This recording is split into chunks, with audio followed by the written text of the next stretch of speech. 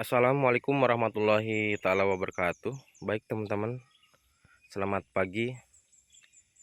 Untuk kesempatan pagi hari ini teman-teman, saya akan memvideokan terkait masalah penyemaian cabai ya teman-teman. Mohon maaf sebelumnya karena memang baru sempat untuk membuatkan video terkait penyemaian cabai, eh, dari mulai apa namanya cara membuat media semai sampai memasukkan benih cabenya hingga eh, apa namanya memberikan eh, pada intinya cara penyemaian kemarin belum saya sempat videokan karena pada intinya waktunya saya tidak sempat. Itu yang pertama. Yang kedua, eh, apa ya, kadang lupa teman-teman, kadang lupa saya membuat video karena yaitu tadi berkaitan saya sibuk gitu kan, jadi sehingga saya tidak sempat. Nah, mungkin saya akan membahas eh, sekilas saja, tapi insya Allah jelas padat gitu, singkat jelas padat. Untuk video sebelumnya teman-teman, untuk cara pengambilan atau pemilihan media semai kan mungkin teman-teman sudah tahu ya. Salah satu media semai ataupun tanah yang baik untuk media semai itu adalah tanah yang ada di rerumpunan bambu teman-teman. Nah, kemarin itu kebetulan eh, di rerumpunan bambu itu plus ada kompos yang sudah tersedia karena rerumpunan bambu itu posisinya sudah dibakar teman-teman. Mungkin bisa dicek di video sebelumnya teman-teman ya, cara untuk mendapatkan ataupun cara eh, memilih media semai yang terbaik itu seperti apa, nanti ada di video saya yang sudah diupload. Nah, ini video lanjutannya teman-teman.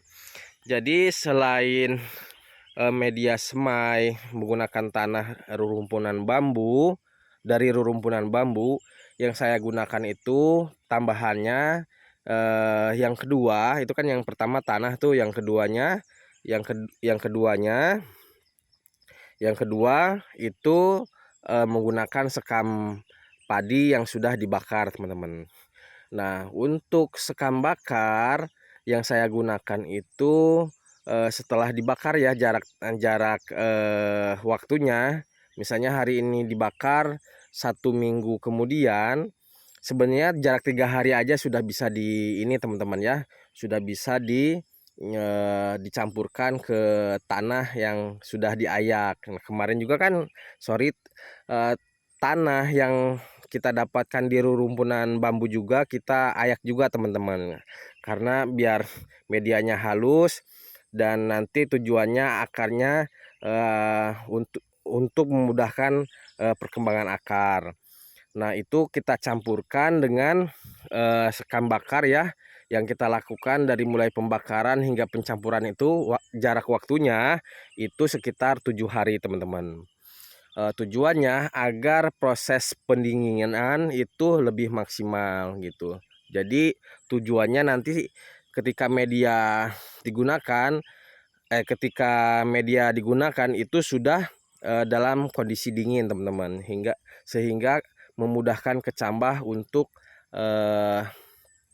tumbuh ya teman-teman, ataupun tidak ada unsur untuk menjadi kendala bagi benih untuk tidak berkecambah teman-teman. Nah, selain apa namanya sekam bakar teman-teman yang kita gunakan dari padi, kita campurkan menggunakan dolomit ya teman-teman.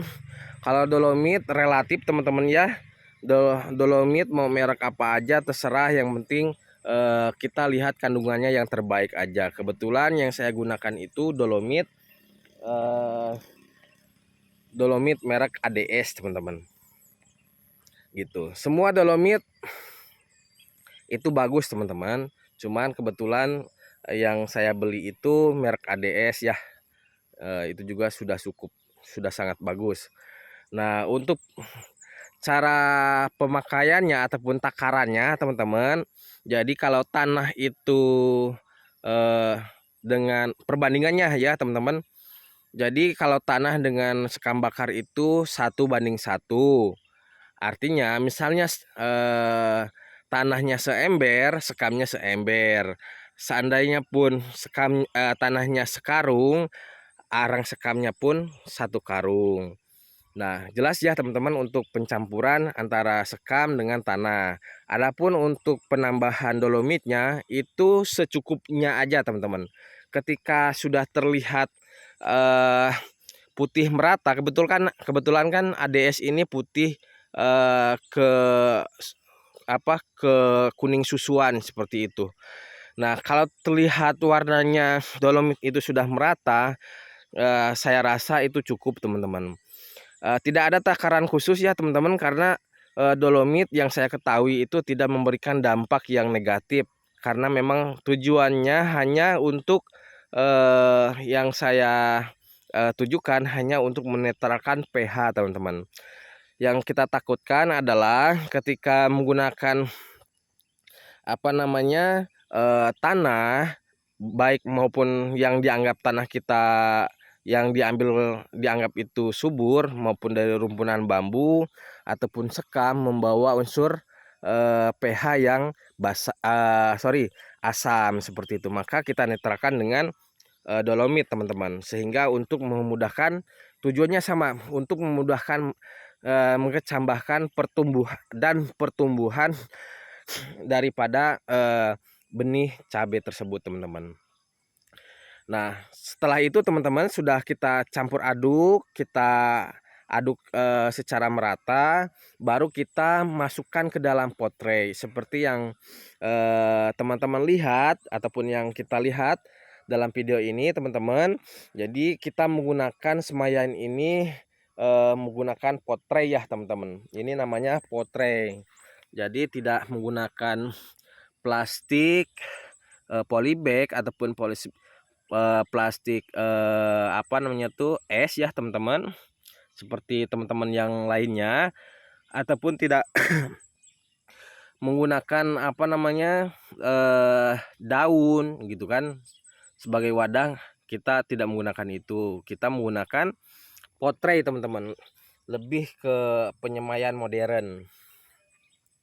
Jadi dalam artian media kita masukkan teman-teman ya ke dalam pot tray ini kita tutup ya teman-teman, karena sudah proses pengopenan. Jadi nggak bisa saya lihatkan pot tray itu seperti apa dan isinya media ke dalam pot tray itu seperti apa. Dalam kesempatan video ini tidak bisa saya buka ya untuk tutupnya. Mungkin di lain waktu kita akan lihatkan hasil dari penyemaian sekaligus melihatkan media tanah dan pot tray-nya. Cuman saya rasa teman-teman sahabat petani semua ya sudah tahu yang namanya pot tray. Oke, lanjut teman-teman. Jadi ketika sudah dimasukkan ke dalam pot tray medianya, dimasukkan secara merata, diusahakan dalam posisi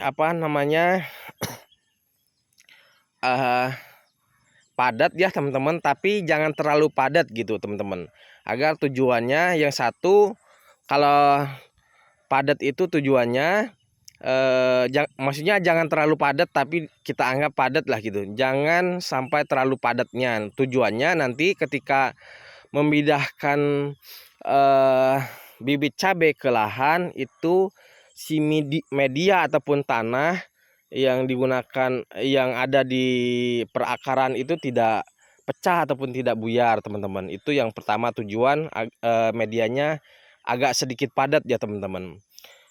Yang kedua, jangan terlalu padat, artinya tidak terlalu lah padat dengan antara tidak hanya sekedar ngisi medianya aja, artinya jangan sampai ada ruang kosong yang di dalam tidak terisi, intinya seperti itu. Tujuannya agar tidak terlalu padat ini, agar memudahkan pertumbuhan akar teman-teman. Jadi pertumbuhan akar ini sangat mudah ya ketika ada memang ketika media semai ini tidak terlalu padat seperti itu.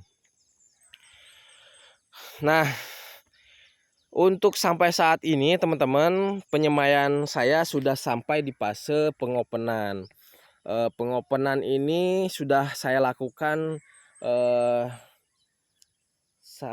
sudah berapa hari ya? Sudah 3 hari teman-teman. Sudah 3 hari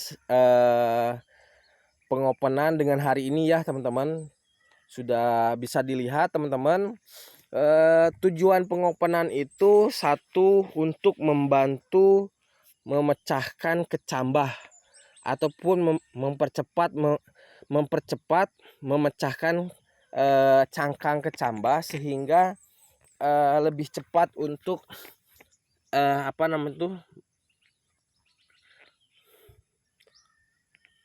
lebih cepat terjadinya perkecambahan sehingga proses pertumbuhan itu lebih cepat juga teman-teman, lebih maksimal. Atau yang kedua, proses pengecambahan ini ataupun proses pertumbuhan ini lebih seragam ya teman-teman, ataupun lebih merata.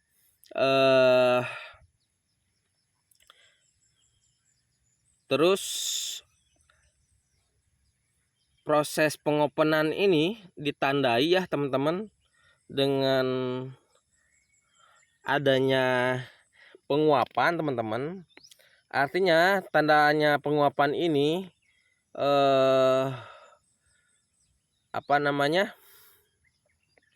karena tidak ada ruang oksigen di dalamnya sehingga terjadinya penguapan teman-teman.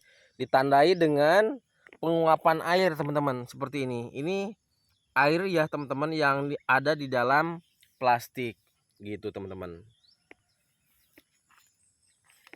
Oke teman-teman, jadi setelah kita masukkan, balik lagi ke belakang ya teman-teman.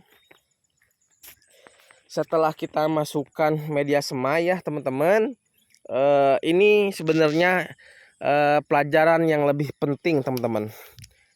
Nah, belajar dari pengalaman teman-teman, baik pun pengalaman saya ya teman-teman.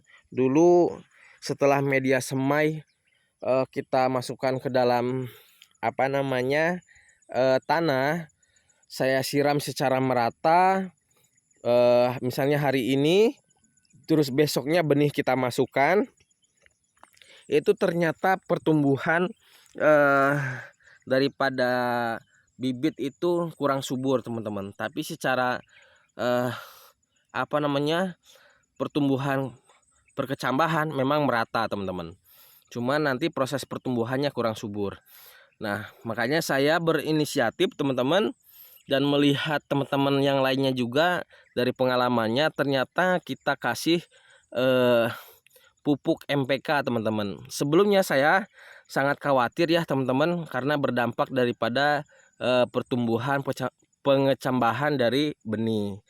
Karena saya pikir masa masih benih sudah dikasih pupuk MPK seperti itu. Ternyata salah satu cara pengaplikasiannya adalah ketika sudah dimasukkan medianya teman-teman ya, dimasukkan media semai ke dalam pot tray, itu kita semprotkan pupuk NPK 1616, bebas mau merek apa, yang penting 1616 ya teman-teman. Itu dalam satu tangki 16 liter, kebetulan 16 liter yang saya gunakan cukup 250 gram teman-teman, ataupun 1/4 kilo. Nah, itu saya benar-benar timbang karena baru pertama kali ya teman-teman untuk menggunakan pupuk MPK ini.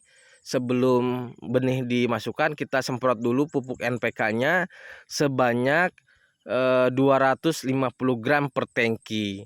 Nah, per tangki itu saya semprotkan untuk ke media sebanyak 50 pot tray teman-teman. Jadi 50 pot tray itu ukurannya untuk satu tangki spray ya. Jadi satu tangki itu untuk 50 potray. Itu dianggap sudah sangat merata pembasahannya teman-teman. Jadi selama apa namanya, sorry teman-teman, ini ada, kita kan ada semayan, ini ada hewan anjing ya teman-teman, takut masuk ke semayan. Ini belum kita tutup ya teman-teman, jadi kita usir. Takut diinjak-injak teman-teman, jadi kita jadi bolong ya ininya. Lanjut lagi teman-teman, jadi setelah disemprotkan ya teman-teman, sekaligus pada saat kemarin itu disemprotkan satu persatu, langsung saya susun teman-teman. Susun antara potray dengan potray yang lainnya, itu bertujuan agar potray yang di bawah itu langsung mendapatkan lubang untuk tempat benihnya teman-teman. Jadi artinya potray, jadi benih itu kan ketika dimasukkan ke potray itu harus dilubangi terlebih dahulu teman-teman ya. Jadi benih nih misalnya mau dimasukkan ke dalam potray, mau disemai, itu harus dibolongi terlebih dahulu. Tapi kalau dengan cara ataupun trik yang saya lakukan ketika pas penyemprotan pupuk itu yang disemprotkan menggunakan air ataupun sudah dicairkan melalui aplikasi spray, dispray misalnya satu, disusun, terus lagi dispray lagi apa namanya, medianya yang satunya di potray yang lainnya, disusun lagi, itu agak kita tekan agar nanti tujuannya yang di bawahnya itu ada lubangnya teman-teman. Jadi ketika nanti mau memasukkan benih, kita tidak harus apa namanya membuat lubang lagi teman-teman untuk tempat benihnya. Begitu juga dengan potray yang ketiganya kita susun lagi teman-teman. Jadi potray yang nomor 2 dari bawah itu juga sudah ada lubangnya. Begitu juga seterusnya teman-teman. Jadi tidak harus nanti hari berikutnya untuk pada saat mau memasukkan benih itu tidak harus membuat lubang terlebih dahulu, karena sudah ada bekas tahanan ataupun bekas kaki-kaki potray yang di bawah teman-teman. Seperti itu. Karena kalau memang disusun pas ya teman-teman, disusun pas potraynya, itu lubangnya itu, kaki-kakinya itu sudah pas untuk apa namanya memasukkan benih, karena posisinya di tengah itu teman-teman. Nah, untuk memasukkan benih jarak waktunya teman-teman, karena mengingat yang kita semprotkan itu, yang kita aplikasikan itu adalah pupuk 16 artinya butuh waktu teman-teman ya, karena itu pupuk kimia. Pada intinya karena itu adalah pupuk kimia, karena itu pupuk kimia, maka kita butuh waktu teman-teman. Jadi waktunya itu minimal teman-teman, minimal itu 2 hari setelah penyemprotan baru bisa benih bisa dimasukkan, benih baru bisa dimasukkan ke dalam media gitu teman-teman. Maksimalnya itu 7 hari teman-teman. Lebih dari 7 hari itu media sudah kering lagi teman-teman ya. Medianya sudah kering lagi, jadi artinya mungkin unsur hara kimia yang ada di dalamnya juga sudah menguap seperti itu teman-teman. Nah kebetulan kemarin kalau saya sih setelah disemprotkan pupuk 16-16 memang harus dikondisikan dalam ruang yang teduh ataupun lembab teman-teman. Saya simpan itu memang di dalam dapur. Kebetulan dapur saya tuh luas ya teman-teman, sudah kayak apa namanya ya, bisa untuk nyimpan apa aja sih. Jadi teduh ya teman-teman, mau buat lapangan tenis pun bisa bahasanya, karena sangat luas di dapur saya ini. Nah saya tempatkan di situ teman-teman. Jadi artinya suhu kamar lah, agar tujuannya tidak menguap, tetap lembab ya, seperti itu tujuannya. Nah, setelah itu teman-teman kita masukkan, setelah dianggap sudah kimianya sudah mendingin ya teman-teman, kita masukkan benih kering teman-teman. Kalau yang saya lakukan ini tetap benih kering, tidak ada perlakuan benih maupun direndam terlebih dahulu maupun dijemur terlebih dahulu. Pokoknya begitu dibuka dari bungkusnya langsung kita masukkan ke dalam media semai teman-teman. Bahkan kalau saya ketika beli benih teman-teman ya, ini sedikit informasi, selalu saya langsung masukkan ke dalam kulkas teman-teman. Tapi bukan kulkas yang untuk pembekunya itu ya, apa namanya, freezernya apa itu, yang pendinginnya aja teman-teman. Jadi untuk menjaga suhu teman-teman, itu dari kulkas saya ambil, buka kemasannya, saya langsung masukkan ke dalam media semai. Dan alhamdulillah saat ini sudah apa namanya, masuk ke fase pengopenan. Oke, setelah setelah benih dimasukkan ya teman-teman, setelah benih dimasukkan ke dalam media, itu yang saya lakukan ini karena masih trial, ada yang ditutup setelah benih dimasukkan ya ke dalam potret itu, ke dalam media, ada yang ditutup lagi dengan menggunakan media maupun abu yang sudah dicampurkan antara sekam bakar dengan tanah, terus kita taburkan ke apa namanya, ke potret, tujuannya untuk menutupi benih teman-teman. Ada juga yang tidak saya tutupi sama sekali gitu teman-teman, karena saya juga belajar dari pengalaman teman-teman petani yang lainnya, itu ada yang tidak ditutup apa namanya, benihnya ketika sudah dimasukkan ke media semai, itu ada yang tidak ditutup, ternyata pertumbuhannya juga bagus teman-teman gitu. Nah, makanya kalau saya pribadi dulu sebelumnya selalu kita tutup menggunakan media lagi teman-teman. Jadi kalau dulu saya berpikiran benih ini cepat ngecambah ketika tertutup tanah, karena tanah ini memiliki kelembapan teman-teman.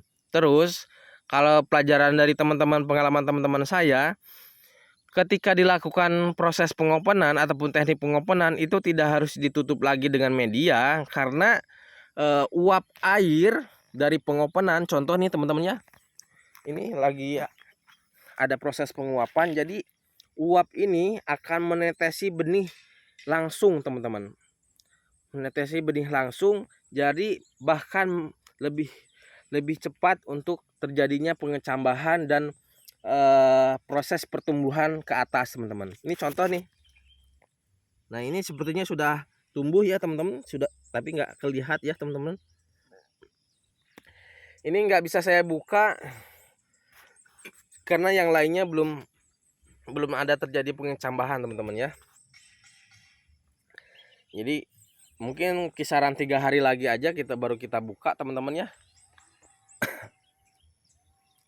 Kita buka dan hasilnya nanti seperti apa, apakah bagus yang ditutup lagi dengan media ataupun tidak dilakukan penutupan sama sekali teman-teman. Oke, itu aja teman-teman ya, proses penyemaian yang saya lakukan pada saat ini ya teman-teman. Kebetulan baru sampai prosesnya di sini ya teman-teman. Jadi sedikit bocorannya teman-teman, untuk lahan yang akan ditanami, ini lahannya teman-teman ya. Ini sebenarnya sudah dilakukan proses pengolahan tanah, cuman karena memang apa namanya, pekerjanya hanya satu kemarin teman-teman. Sekarang alhamdulillah sudah 2 itu. Jadi belum selesai nyampe sana. Yang lahan pertama ini dari awal yang dikerjakan sudah jadi sudah tumbuh rumput lagi, sehingga ya mungkin kita perlu dilakukan pengolahan ulang ya teman-teman. Paling tidak rumputnya kita musnahkan, baru kita olah, kita tambahkan lagi lah pupuk kimia maupun pupuk kompos dan dolomitnya teman-teman. Baru nanti kita tutup menggunakan mulsa sambil menunggu proses pertumbuhan benih cabenya sehingga siap tanam teman-teman. Jadi begitu sudah tumbuh siap tanam, ini juga sudah selesai gitu ya teman-teman. Oke teman-teman, gitu saja video dari saya. Mudah-mudahan bermanfaat, meskipun cara penyampaian saya kurang pas, kurang maksimal ya teman-teman. Mohon maaf karena memang kondisi saya juga lagi sakit, lagi flu, lagi batuk, lagi demam ya. Jadi suaranya agak sedikit kurang jelas. Terus yang kedua, kemampuan komunikasi saya ataupun cara penyampaian saya ini kurang mungkin dari 100 mungkin 35% lah. kurang bagus ya teman-teman. Jadi harapannya harap dimaklumi, karena itu adalah sebuah kekurangan saya. Artinya manusiawi lah ya teman-teman, karena saya juga proses belajar untuk membuat konten ini. Maka dari itu saya butuh supportnya dari teman-teman. Jangan lupa tekan tombol subscribe-nya, like dan komen, serta share ke teman-teman yang lain sehingga channel saya cepat berkembang. Mudah-mudahan ada manfaat yang saya sampaikan. Saya akhiri. Assalamualaikum warahmatullahi wabarakatuh.